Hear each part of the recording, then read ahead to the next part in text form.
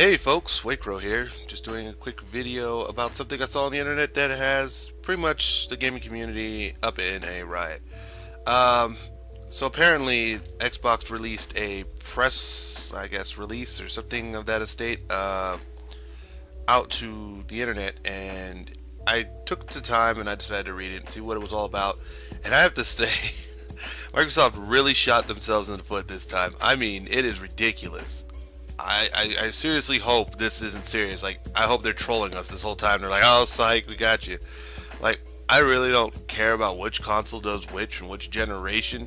But seriously, Microsoft just handed over the keys to Sony and Nintendo, which is crazy since Nintendo is like doing, I mean, as of recently they've been doing better, but they haven't been doing that well. And you literally just, here you go, just start making games and do your usual, and you're gonna do great. So I don't know. I was flabbergasted, but I'm gonna go ahead and read over some of the things that I saw that I thought is quite stupid, and I'm gonna talk about them. And if you have an opinion of your own, please leave it in the comment down below. The first thing is that, let's see here. Oh yes, you can only trade games to friends if they've been in your friends list for 30 days. So let's say I'm the kind of guy who doesn't really use Xbox Live. I mean, I play single player games. So that means that I don't often have friends on my Xbox friend list. All I have is, like 2 or 3 people that I actually know and actually have been playing online with in the past. As of recently, I've been using my PC, so I mean, my Xbox hasn't been getting much use at all. But if I want to trade a game with, I don't know, let's say a friend of mine or, acquaintance of some sort that I work with or go to school with, I don't see why I have to be friends with them for 30 days on my Xbox friends list in order for me to try a game. If anything, I think the try and buy system has been something that has worked so well in the past. I mean, it's been going on for generations now, since the beginning of gaming.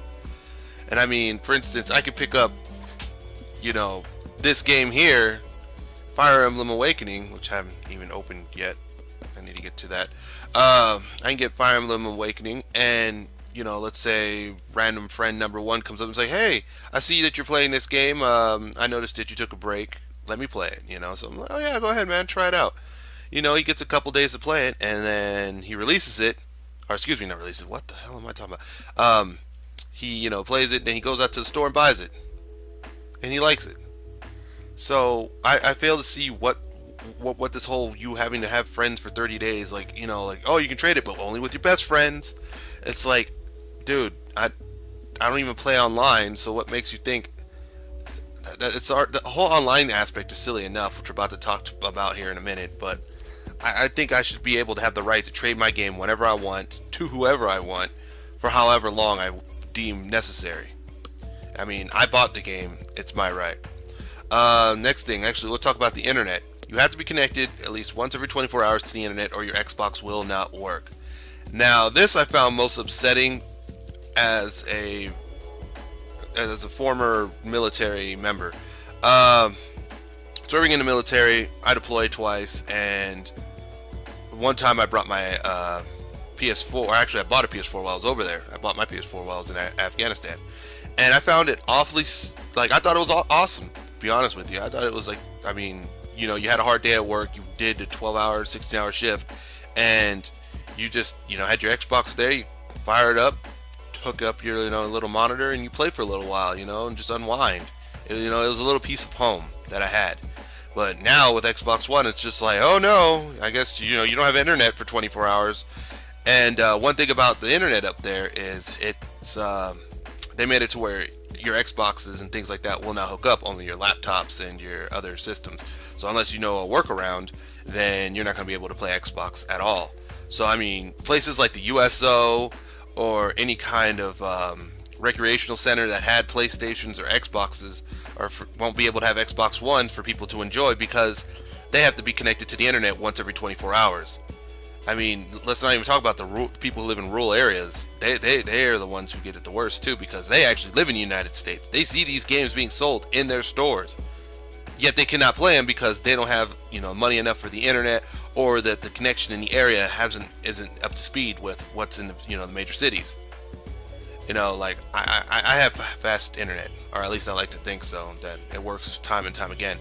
Um, it works. I like it, and it's been doing me a good service. But I just feel like if I'm going to enjoy this, I don't see why everyone else can't, because they deserve just they deserve just as much of an enjoyment for this generation, this upcoming generation, as I do. Especially those who are deployed. I mean, as much as I know people out there who don't like soldiers, or people who have their different opinions about wars and things like that. I mean, but still, you kind of just have to see that it's not fair for like a large majority of people, regardless of who and what they do. I mean, people who move constantly, people who live in an apartment and have to wait a couple days for the internet to start. What are they gonna, like, oh, I want to play a game. Well, I can't. Guess I have to stick to playing my DS or my older generation systems, which is nothing bad, because personally, I mean, I'd rather fire up a PS2 nowadays than I would a freaking Xbox 360. So, I mean, but those people may or may not have, the large, extensive collection that I have. Well, it's really not that large, but it's an extensive one, I guess you could say. All right, what else is there? So, Microsoft thought that it would be a great idea to let the publishers decide whether or not you can actually rebuy these games, and they're only at certain retailers. So, like, for instance, GameStop, companies may not say, that that's a retailer. Microsoft might not say that's a proper retailer. And, say Best Buy does trade-ins.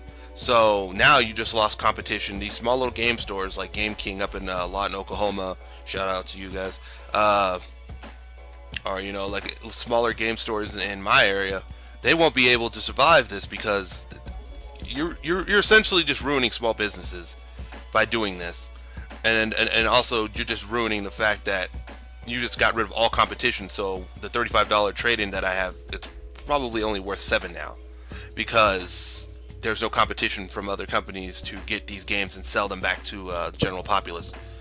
And I'm really just pissed off about that, because I mean, first of all, it's the publisher's decision. Publishers do not want you to trade your games. They want you to pay top dollar for their crappy games.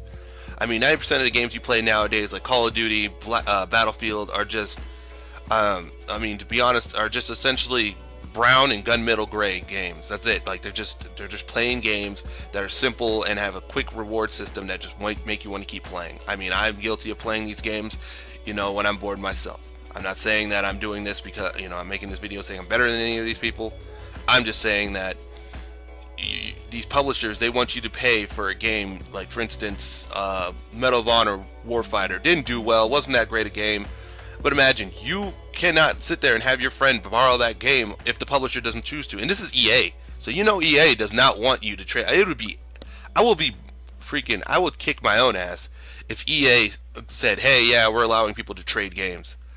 I mean, I would literally punch myself in the face on YouTube if that actually happened, because that is ridiculous.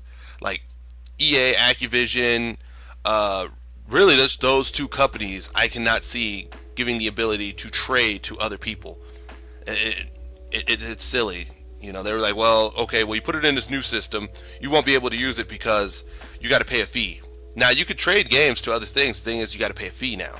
So God knows how much that fee is going to be, because you could sit there and be like, hey, I bought this game for $40, used, throw it in your Xbox, you got to pay a $59.99 publisher's fee. That game is dang near 3 times as much as it was when you got it used. That is ridiculous. So my math is wrong. Yeah, my math is wrong. I find it just absolutely silly and dumb, and it is very immature from the video game developers and from Xbox and Microsoft to do this. I mean, Microsoft has been around for decades now. They know they should have the pulse on technology, but it seems like they're getting further and further away from it. It seems like they've gone from being technological geniuses to being just plain flat out morons. Like, they're getting further and further away from the pulse of technology, and they're just going more towards business. I mean, with Windows 8, Xbox One, it's just like, what are you trying to do? Like, what is your goal here? I understand you want to make money. Everybody does, and I'm not faulting you for that. But for you to like just be dumb enough to just go, hey, I'm going to go ahead and make it to where everybody gets screwed over, and the people who matter most, they have to shell out money, or they don't simply get to use it. You've literally just lost a lot of PC gamers. You've lost a lot of console gamers. You're just, I don't know. Like, are you trying to become the next Apple? Is that what you're trying to do? Are you trying to alienate to a certain group of people, like those who are, who are willing to change and just follow the trend and are just stupid enough not to, see that this is dumb? Or are you just, like, you just don't know what you're doing, or you're listening to the wrong business advisors? I don't know. I really don't know. It's so stupid. So I guess the only thing, case in point, is Nintendo, Sony. You know what not to do. You see the backlash this is receiving. You're seeing what people are saying on the forums and on websites and things like that. And it's really going to show during the initial sales. Of course, the initial sales are probably going to sell out, but I will guarantee you that sales will be very, very slow. They will be very slow. And the only reason why I say the initial sales will sell out is because people will buy those to sell them on eBay for thousands of dollars. Which, heck, you might not even be able to do now. But in closing, Sony, I've been a fan of yours for years. I don't want to sound like a fanboy because, if anything, I'm more of a PC fanboy now. But Sony, Nintendo, you know now what not to do. You know what to do to please your gamers and make the most of this generation. Please, I'm asking you, give us the generations of the past that we love so dearly. Give us the Super NES. Give us the PlayStation 1 and 2. Become, the great mediums of, of entertainment that you once were. And give us something to look forward to here within the next coming years. If not, we're just looking at another fall of gaming just like in the Atari days. So that's been it. That's been my opinion. 13 minutes and 6 seconds of just rainy rambling for so on and so forth. Sorry that this is kind of like the first video of me returning, but I just felt like I had to get that out there. Once again, I do apologize. I don't know if I already did apologize for this mess here. I'm changing my bed, and so I'm just taking the sheets off and putting new ones on. So once again, thanks a lot for watching. I'm Weacro, and I'm signing.